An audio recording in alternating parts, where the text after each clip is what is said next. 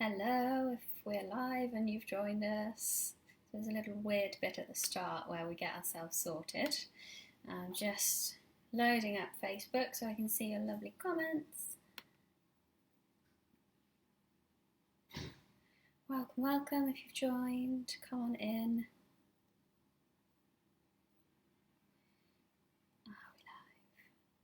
We're live. Let me just get the comments loaded up. Okay. If you're with us, I hope you're well. Hi, Colleen, yay! Okay, it looks like the captions are coming up on the video on my Facebook, so that's good news. Looks like we are working. Right, let me just figure out how I can see. Ooh, slight lag on my Facebook, as always. Let's just figure this out. Hi Justine, hi Catherine, hi Sarah, hi Laura. Morning. Oh, hi from Zurich. Yeah, let me know where you are and how you are. I think Paul's just with us as well. I'm just trying to figure these two. There we go. Okay, I can see. Let me just make this a little bit wider and pull you over here.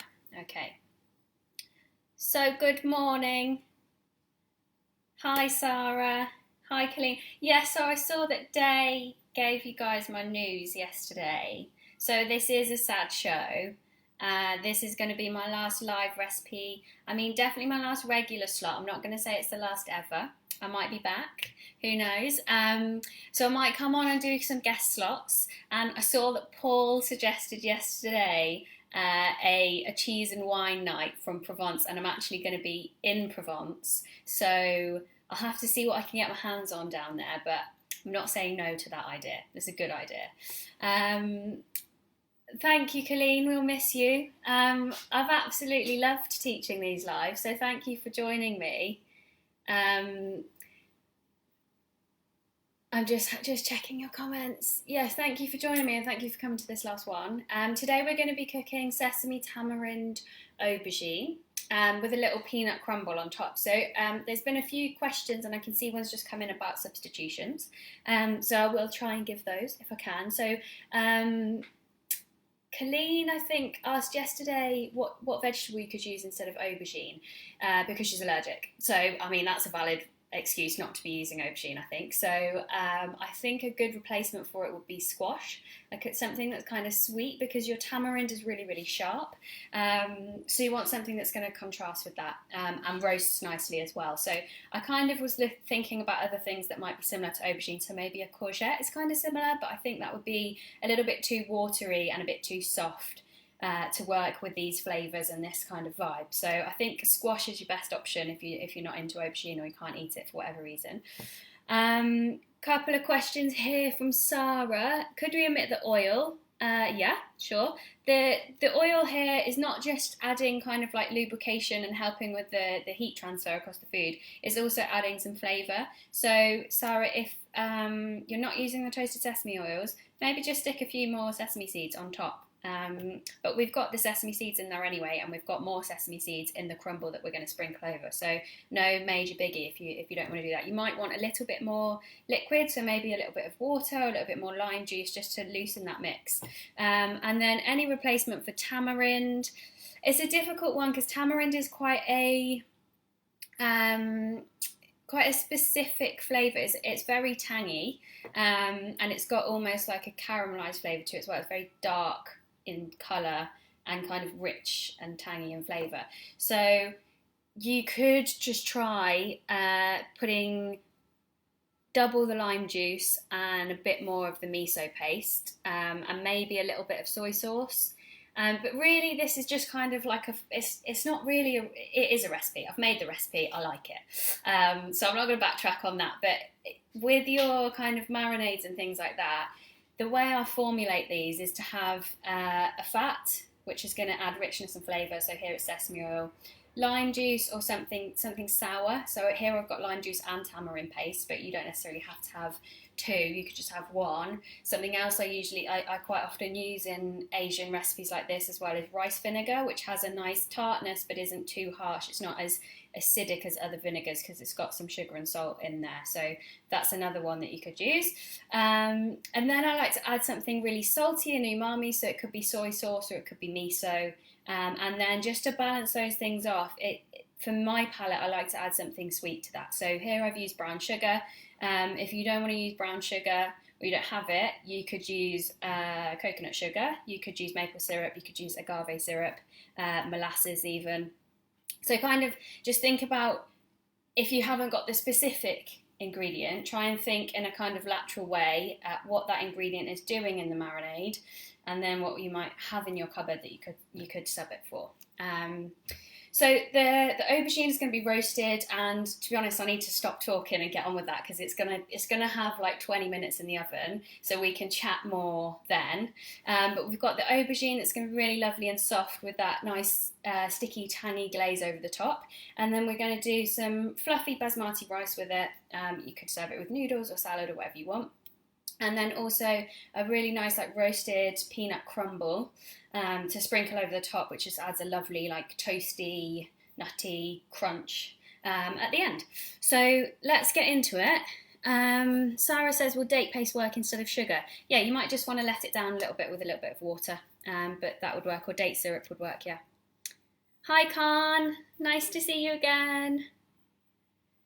Laura says, is sesame oil and toasted sesame oil the same thing? I think you can get just a straight sesame oil, which is just the pressed seeds that haven't been toasted first. So toasted sesame oil is what I use here. There's nothing wrong with using just sesame oil. You're just going to get less of that toasty flavour coming off it. Okay, so I don't know if anyone's cooking along today. If you are, let me know, and if you are, then you need to make sure your oven is preheated to 200 degrees or 400 Fahrenheit, and you want to get for your water for your rice, you need 2 cups of water in a small pan with a lid, and we want to get that on to boil now. So I'm just going to stick mine on, and I'm going to flip the camera screen so you're with me over on my chopping board. So I think this is all still working. And I can see that the sound still appears to be working, so that's good. Okay, so talking through the aubergine then. So I've got a large aubergine here, which looks a bit wet. It's just been in the fridge and my kitchen's quite warm, so it's a bit condensation-y on the side. So I'm just going to slice this in half. So if you don't have a massive knife that's like the whole length of your aubergine, just do it in half. So do it that way and then take it the other way. Cut through the stalk. I like to leave this stalky bit on if I can get through it. It's quite tough, this one. Because I think it looks quite pretty when we serve this. It'll be 1/2 per person, so you get like a nice piece of aubergine in the side of your dish. Okay, so for the marinade, actually first up, let's score our aubergine. So there's 3 reasons why we're going to score the aubergine. Number 1 is it looks pretty. Number 2 is it allows all the flavours of our marinade to get really into the flesh of the aubergine. And number 3, it also allows the heat of the oven to really get into the flesh of the aubergine much, much quicker than if I just left it whole, because you've only got this surface area, whereas by crisscrossing it, which I'll just show you now. So we're going to try and make probably incisions down about halfway through the flesh, which really allows it to kind of hedgehog and open up, and allows us to push that marinade in to the flesh. So you can see here, we've got all those cracks now, which is extra surface area that we can apply flavour to, and we can also apply some heat to. Which means it's going to cook a lot quicker, it's going to look gorgeous, and it's going to taste better because it's got more flavour running throughout. So just make sure even at the edges your cuts are kind of going, you don't want to go right down to the skin and break the skin, or cut yourself. Just be careful when you're doing this. But you do want to have that good level, because if you think about how thick this aubergine is, I'm probably going about down this deep. So you want to make sure you're getting a good area to work with in there.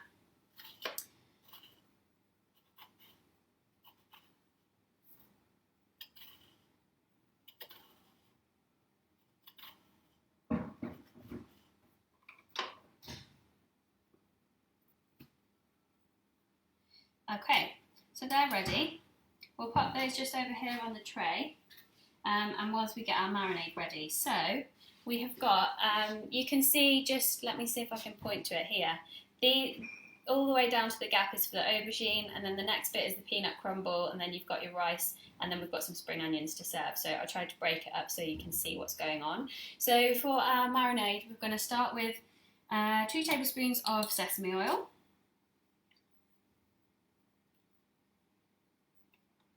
So this is toasted sesame oil, but you can use a standard sesame oil. It just won't have quite the richness of flavour, which is fine, because we've still got toasted sesame seeds going into the recipe as well. I've then got miso paste. So this is a red miso paste, which is kind of a middle of the road in terms of strength and sort of pungency. You can use a brown miso paste for this as well. And you could even use white. It's just going to be a lot lighter in flavour. So whatever you can find, you can use really. I know that I've got about a tablespoon left in here, so I'm just kind of scraping the jar out rather than using my proper measuring spoon.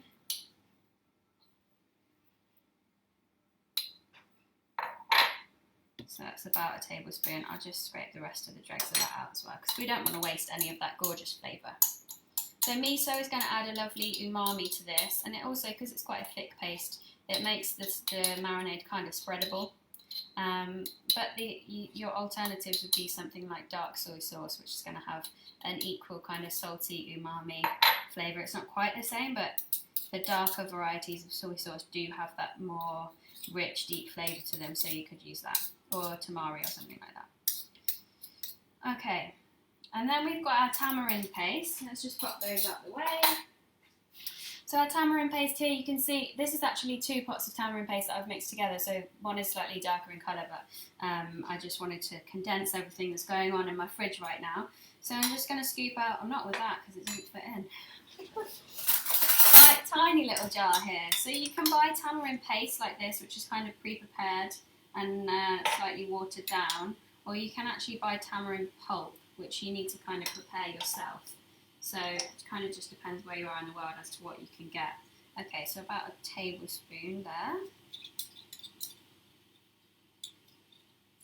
And then the final one is lime juice. So we're going to go in with, I think I've got about a tablespoon of lime juice here. Oh, look at that. Perfect. So that's the juice of about half a lime. Okay, pop that over there. So then, literally, really simply, just mixing that together until you've got a nice emulsified mixture. It's going to look a bit kind of curdled and loose at the start, but then we just get the thicker pastes and just push them in with the back of your spoon into that oil. And this marinade also would work on tofu or tempeh. So if you don't want to roast a vegetable, you can stick it on some tofu or tempeh, and just reduce the cooking time in the oven, probably by about half, because those are already cooked. You can afford to cook them a lot lighter, just to cook out this marinade. Okay, so then we'll bring in our aubergine halves over here. So I'm going to spoon this on, and then with clean hands I'm going to push it into those cracks.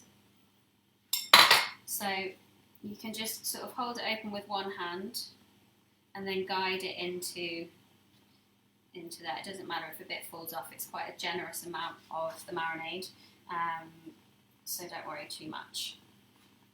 Okay, you can see that my water for my rice is ferociously boiling, so that is the next job once we've got these guys into the oven. Okay, just rinse my hands. How are we doing? Let's have a look at the comments.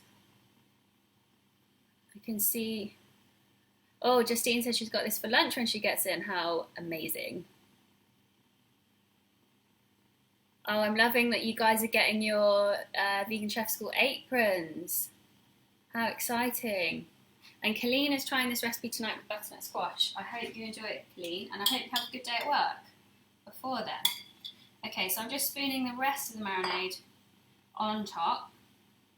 So as it heats in the oven and the aubergine flesh softens, it will naturally, those cracks will naturally pull apart and kind of open themselves out anyway, so that's just going to seep in as it goes through. And then the final thing we're going to do here is just sprinkle on a few sesame seeds. So these are toasted sesame seeds. I did try it the other day with just untoasted sesame seeds straight in, and because they're going in the oven, they kind of toast anyway a little bit. But I've got loads of toasted ones now because I did a big batch. So yeah, probably worth saying that actually. If you want to toast your seeds or your nuts, I think I've probably mentioned this about 50 times. But my favourite way to do it is just put them all on a baking tray like this, spread them out in an even layer, put them in the oven about 180, 350, and just keep an eye on them.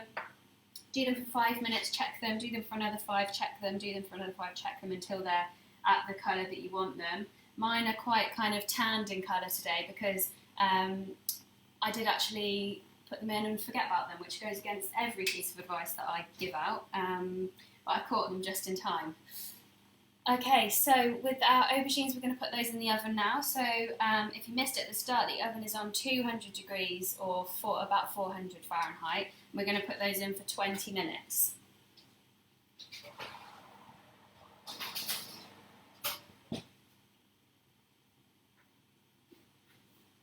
Okay, I've put my timer on so I don't forget.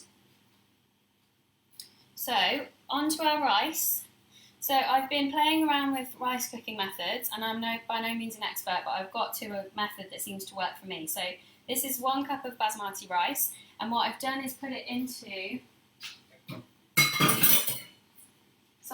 a bowl like this, just any old bowl, fill that with water, and then give it a good swish around with your hands, and you'll see the water turns cloudy. So you're rinsing the starch away basically, and you're helping to get yourself nice fluffy rice. So then I drain it off again. So this has been drained and it's like kind of dried again because I did it about 15 minutes ago.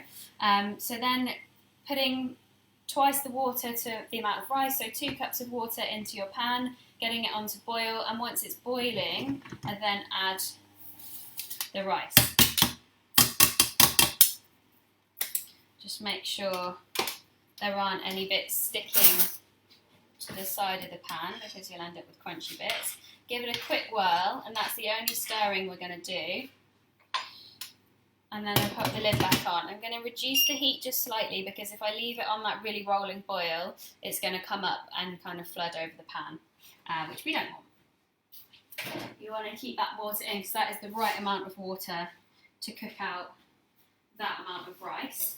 So we're going to boil this for about 10 minutes or until the water is it looks like it's pretty much gone. There'll just be some tiny bubbles popping up. And at that point, we take it off the heat, leave the lid on for another 10 minutes and let it just sit. Okay, I'm going to flip the view back for a sec and have a chat because we've got some time. So I'm just going to check out the comments.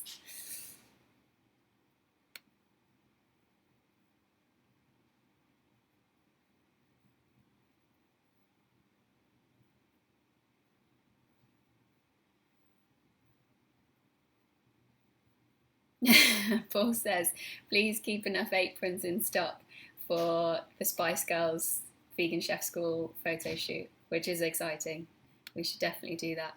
Been enjoying seeing the analogies of all us chefs and who we are. Okay. Right, so while our rice is boiling, we're going to get on to the peanut crumble. So I use peanuts because I like the flavour of them, but if you can't eat peanuts for whatever reason, you can use cashews instead for this. The trick to getting like a really deep nutty flavour... Laura, you're right, I've missed the brown sugar in the sauce, haven't I? Yeah, you want a teaspoon of brown sugar in your marinade. I'm going to have a slightly different version of this recipe today, evidently. David, I think the video's moving along again now. Hopefully it's not frozen. Okay, yeah, so sorry guys, I did miss the sugar out of the initial part of the recipe, the marinade there. It will taste good without it, I just think it's slightly more balanced with it. So it's up to you, your call. And you can also, as I said, sub for any kind of sugar sweetener that you want in there. Maple, date syrup, go for it. Okay, so as I was saying, this nutty crumble is going to add us a nice rich kind of roasted nutty flavour to the dish, but it's also adding nice texture. So you can serve peanuts for cashews if you can't eat peanuts. You could also do this with like seeds if you wanted to use seeds. The flavour is going to be slightly different if you do that, but the trick to getting a really good flavour into this crumble is roasting those nuts. So I've just talked about that, I'm not going to do it again, but I'll show you the colour of my peanuts. So peanuts are usually generally pretty pale. These ones I've put in the oven and roasted myself. I think you can buy them roasted. But you want a nice rich brown golden colour. You don't want to go too far because that's going to take them to a bitter note, but you want that roasted rounded flavour. Okay, good, video's looking good. Good. Okay, so I'm going to flip views back again and we'll get on with this crumble.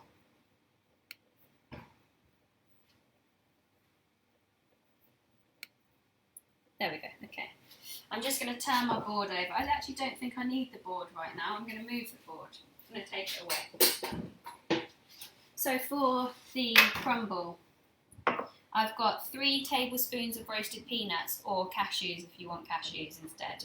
I've got a tablespoon of toasted sesame seeds. So these are pretty dark roasted, which you can take them to a point where they're going to still taste okay and it's going to be beneficial, but I think even 30 seconds longer in the oven these would have been toast.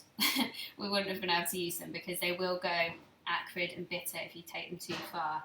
And then in my little bowl here I've got a tablespoon of brown sugar, a big pinch of chili flakes and a big pinch of salt. So I've got my peanuts in my pestle and mortar. If you don't have a pestle and mortar, you've got a few options. You can stick them into a little blender, a coffee grinder, a spice grinder, and give them a quick little pulse. You probably want like 5 or 6 pulses with that. Or you can put them into, let's see if I've got one here. You could also put them into like a silicone food bag like this and then roll over them with a rolling pin, give them a good bash up.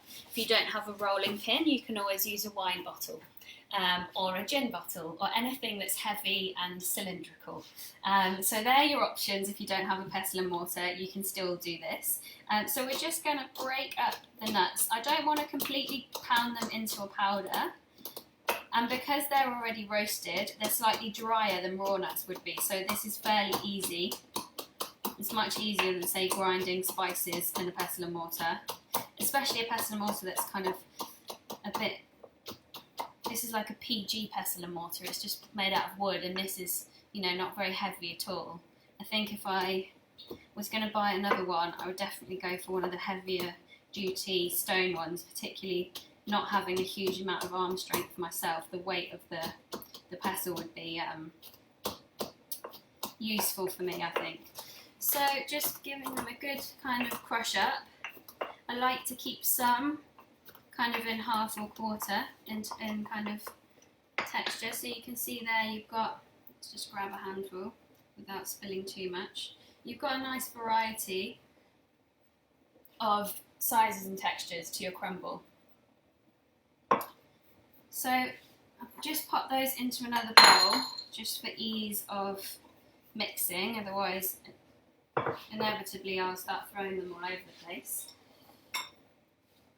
So we've got those in the bowl, then we literally, this is too easy almost, isn't it? We just add the sesame seeds in there, and then the other bits.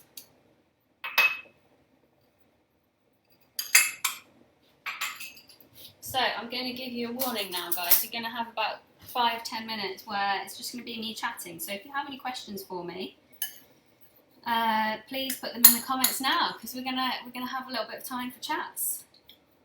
Okay, so just mashing that together, and you can even just get your hands in actually and kind of rub things together as if you were making a crumble mix. I might actually put a few more peanuts in. You can play with the ratios however you like really with this. Again, it's about the kind of balance of salt and heat and sweetness and nuttiness. So the chili in there is giving a bit of heat, the nuts and the seeds are giving you that nuttiness, the sugar and the salt are giving you the kind of balancing out those two things and bringing them together. So this is just going to be sprinkled over the top of our mix. Okay, so let's flip back to widescreen and see if we've got any questions. Denise, did I miss the rainbow stay? I missed the rainbow stay, haven't I? Yeah, you think I would be getting slicker at this as the weeks have gone on. Evidently I've not. No, I don't know where my rainbow went. I did have the same one that I've been using all the time, and it's been just stuck around my kitchen all week, and I've just moved it on a Friday. Don't know where that's gone, which is a shame. Let's have a little check on the rice. So the rice is looking good. Almost there. I think another couple of minutes just on the heat, and then we'll take it off, and we'll just completely leave it alone. We're not going to touch it, and then after 5 to 10 minutes it'll be nice and fluffy. Okay, David says video's good again now. Good. Okay. So we've got our aubergine in the oven, we've got our rice on, we've done our peanut crumble. The only extra thing that we have got to do is just slice up some spring onions to sprinkle over the top. And you can add other garnishes as well if you want. So the other day I served it with some sushi ginger on the side, which was really nice. Also fresh coriander, fresh mint is really nice with it. You can add some lime wedges. So, you know, anything you might garnish a stir fry or an Asian dish with, you can throw at this. And actually it starts to look really pretty because you've got the dark aubergine, the white rice, and then lots of little pops of colour going on top. Okay, question. Doug says the rainbow might appear when it stops raining. I think it was 2 weeks ago now, I was waxing lyrical about how good the weather was in the UK and that we never get weather like this. And then pretty much as soon as I said it, it all just fell off a cliff. So we've had a lovely grey June so far. So I hope people that are around the rest of the world are having better weather than we are.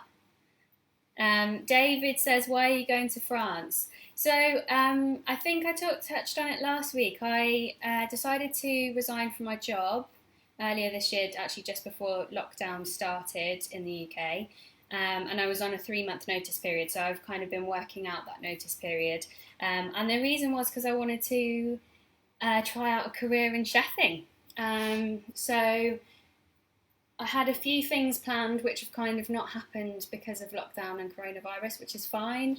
They're things that should be able to be rearranged afterwards, hopefully, and do at a future date. But one of them was house sitting at a house in the south of France, and that's still going ahead. So I'm going to be going on Monday down to France, and we're driving down. We're going to be really, really careful, and actually it's a private house, and we have kind of like separate accommodation and things, so it is pretty much still a lockdown state, but it means that I can be employed essentially, which I kind of can't really turn down right now. So I'm really hoping, and I've been informed that the Wi-Fi is good down there, so I'm hoping that I'll be able to jump on and do a few guest slots, and maybe, as Dave said yesterday, show you some of the nice produce that's down there, because I'm sure with the slightly warmer weather and it being summer, there's going to be some gorgeous like tomatoes, even nice like aubergines, courgettes, that kind of thing. And I'm actually quite keen to have a little dabble into some of the recipes from around that region. French cuisine is typically not so vegan friendly, we might say, but there are things from that region that are very vegan friendly. So something like ratatouille is a Provence dish, which is just lots of different gorgeous vegetables from the region kind of stewed together. So we could maybe have a look at that. There is also socca or farinata, which is kind of they're a similar thing, but they're the kind of the Italian version and the southern France version. So it's a chickpea flatbread pancake type thing, which I think now that chickpea flour is becoming much more common around different countries, there's lots of different versions of these popping up, but I've seen some really nice versions from down there. So we might be able to play with that. Paul's lovely suggestion of vegan cheese and wine. I can see what I can get hold of, and I'll have to have a practice on those things. So I can't say I'm a cheese expert at this point, but I'm sure there'll be some things that we can have a chat about once I'm down there. But I just need to figure out if the Wi-Fi is going to be good enough and what time I've got to commit to it. So hopefully I'll be back, because I've really enjoyed having my Friday afternoons with you guys and showing you my recipes. So yeah, that's why. So I'm a little bit sad, but I think I have to be happy and excited because it is a good opportunity. Just slightly odd timing. New comments. What are we saying? Denise says, talk with Chef Danielle. She's from Belgium. Yeah, no, that is a very good idea. Very close. Yes, let's turn all those French chefs vegan. That's quite a task for one summer.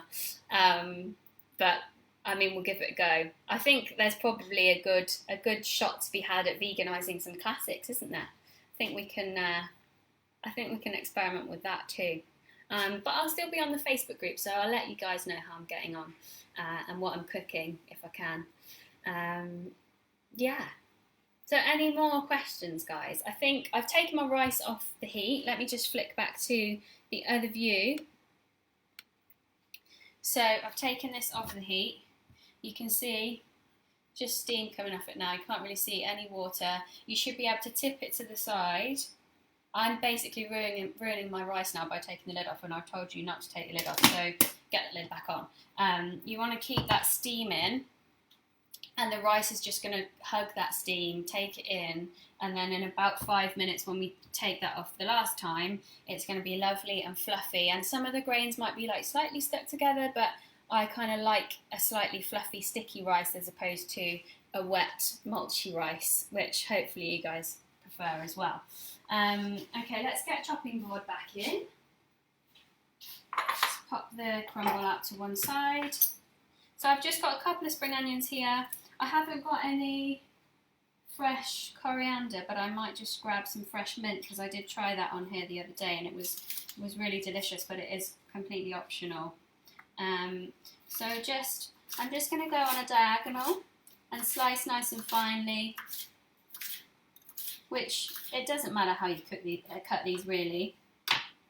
You can just cut straight across, but if you go on the diagonal, you get these nice little kind of spears almost of spring onion, which look pretty on top of your dish.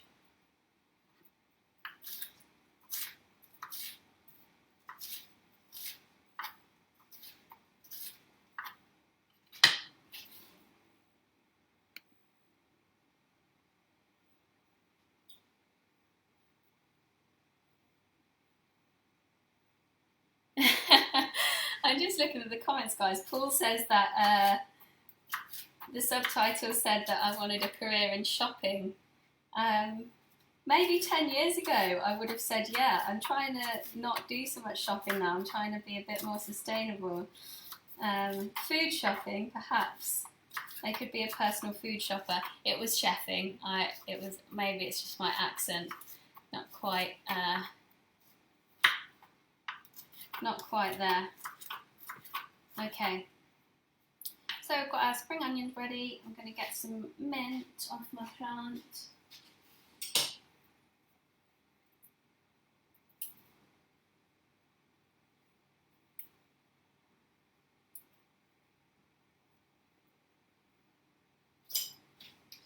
literally just a few little mint leaves there, and they're very, very small mint leaves, and this is spearmint, which, if where you are there are different types of mint sweets like spearmint and then just a straight mint, this does smell like, we used to get polos in the UK that were spearmint ones, and they had little blue spots in them, and it does really remind me of that, the smell of those. So because they're so tiny, I'm just going to very lightly slice them. If they were bigger, kind of woodier leaves, I'd probably go into small pieces, but these are lovely, like fresh, summery, little wavy leaves that have been growing on my windowsill, which, I mean, I think is my best attempt at growing anything so far. I've managed to keep my mint alive for, I think, 11 weeks now, 10 weeks, which is, if you know anything about me and growing herbs, like, wow, it's quite an achievement, really. Oh, thank you, Catherine. Wishing you a lovely dabble in French cuisine, veganised. Oh, you guys are so sweet. Okay, I'm just going to check on the aubergine, see how we're getting on.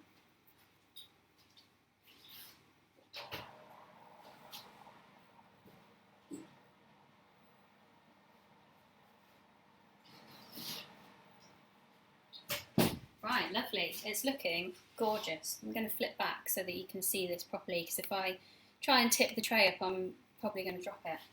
So, there we go. My hob might screech if I put it there. Let's just put this to one side. Okay, so you've got your lovely glazed aubergine. And to test if it is really truly cooked in the way that we want it to be, you can give it a squidge at the sides. I mean, it's very hot, so be careful if you do that. You can also take a sharp knife and just give it a little, you can go in between the layers if you don't want to upset your lovely appearance, but you should be able to literally just glide it in. You'll feel that it's very, very, it's not holding any resistance in it at all. So that was 20 minutes. My timer was about to go off as I caught it, so there we go. Okay, so we can now plate our dish up. So we're getting to the end of the recipe, guys, so if there are any more questions, throw them out there into the comments and I will answer them before I head off. So first up is our rice. So you can see here, I'm going to get a fork just to fluff it up and show you how fluffy I hope it is. So here we go, lovely. That, for me, that is my perfect rice consistency, and I think we have to remember that cooking is always subjective, so, you know, for me that's perfect. For someone that might be revolting, but I think that's great, and that's my goal of learning how to cook rice in lockdown completed. Which sounds silly for someone that's just trained as a chef, but it wasn't something I really cooked a lot of, so it was something that was very basic, but you know, you want to master those basic skills. So we're just going to put half the rice into this bowl.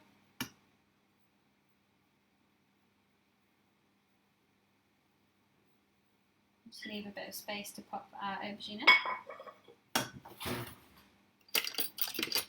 then we'll take our half of aubergine, pop it over here.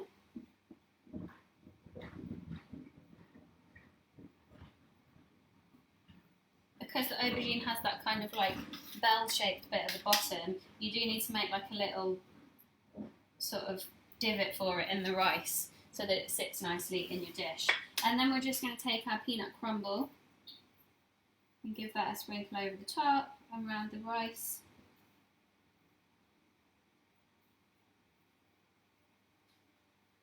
And then get some of those spring onions involved. And a few mint leaves. And then, as I said, you can go in with anything else that you want, like sushi ginger, chili flakes, fresh chili, coriander, lime wedges, whatever. A bit of sriracha if you're into sriracha. It blows my head off, so I can't deal with it. But there we go. Now we've got our, let's find the camera. Got our sesame, tamarind, aubergine, and our peanut crumble.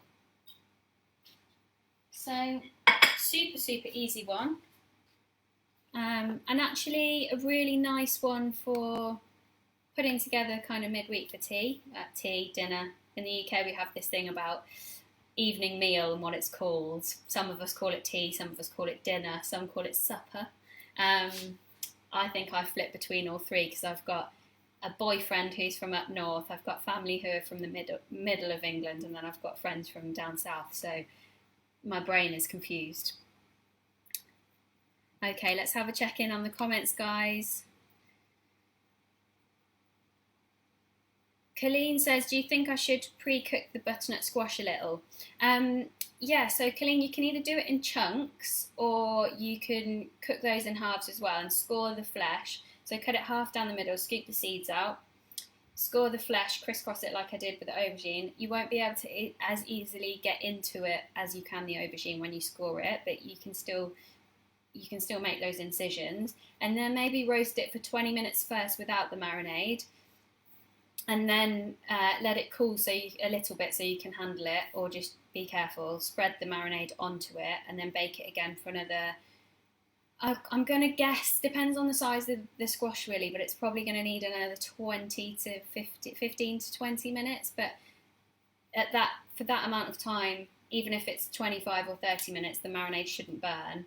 You might also want to just bring the heat of the oven down a little bit to say 350 for a squash so that you can cook it a bit lower and slower, because your aubergine, you can apply like nice hot heat to it, and because it's got so much water inside it, it steams itself, whereas your squash might start to crisp too much on the outside before that inside is getting cooked. So oven temperature a little bit lower, cook it for a little bit longer, probably go half and half on your cooking time, add the marinade halfway through. Hopefully that helps. George says it looks delicious, thank you.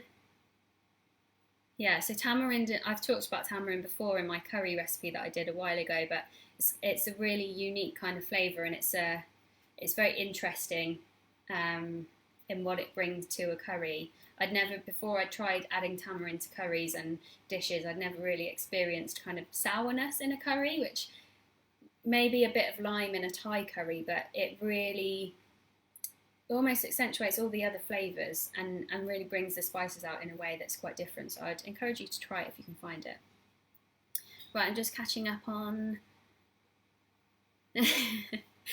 David says, nice point about the divot in the rice. Some of these words sometimes, I just don't know what to call it. And it's a kind of it's a little seep, the aubergine. I don't know, what would you call it? I don't think you're taking the mick, but I did think when I said it, I'm not sure what I'm saying here. Okay guys, so that is it for my final live recipe. So I hope you enjoyed it, and it was lovely to see all of you. Thank you for tuning in to say goodbye and watch. So Dave's going to be back from 12 tomorrow. I won't be back next Friday, but I really hopefully will be back at some point for a little guest spot. So I'm going to be looking at what we can do from France, and I'll hopefully see you down there. I'm aware that I didn't post my taco recipe into the group last week, so after this I'm going to post both recipes. So written recipes are going to go in there, and Day will have them as well. At some point they're going to all go into the website. And I did see a comment on the Facebook group about someone wanted a lockdown cookbook from the Vegan Chef School, so who knows, that would be good. Oh, thank you, Colleen. Let me know how you get on with your squash as well. I want to see how that turns out, because I had a dish with squash and tamarind in a restaurant once and it was really, really delicious. So if it works well, then I want to try your version of it. Ah, Laura says the smell from the oven is amazing. Oh, it's been lovely to have you cooking along live. Thank you, Laura. Thank you, George. And thank you, Paul, who's been here from my very beginning on the lives. Thank you, Day. Okay, so I'm going to leave it there. I'm going to roll the credits now that we've got our pro setup. But yeah, drop me a message or anything. I think you guys have got my Instagram. If you wanna follow me on Instagram. Oh, this is a point actually. My Instagram is @Nikki with an I _cooks. And I am currently doing, I'm sorry it's UK only, but if you're in the UK, I'm currently running a giveaway which is going to end tomorrow. So if you want to enter my giveaway, it's a big bundle of some of my favourite vegan cooking ingredients. So there's like tahini, miso, harissa, all sorts of stuff in there. So head over to Instagram if you want to check that out, and you can enter, and good luck if you do enter. And if you are not in the UK, I still have something that you can have from me. So I've been writing a summer recipe ebook, which is going to be released tomorrow. So if you head over to my Instagram page and check that out tomorrow, you'll be able to download an ebook of 25 summer recipes, which is my kind of parting gift to you guys and to everyone that follows me on Instagram before I go away. So there you go. My Insta is just in the comments there if you want to check that out. So thank you guys. That is it from me, and Dave will see you again tomorrow. Bye bye.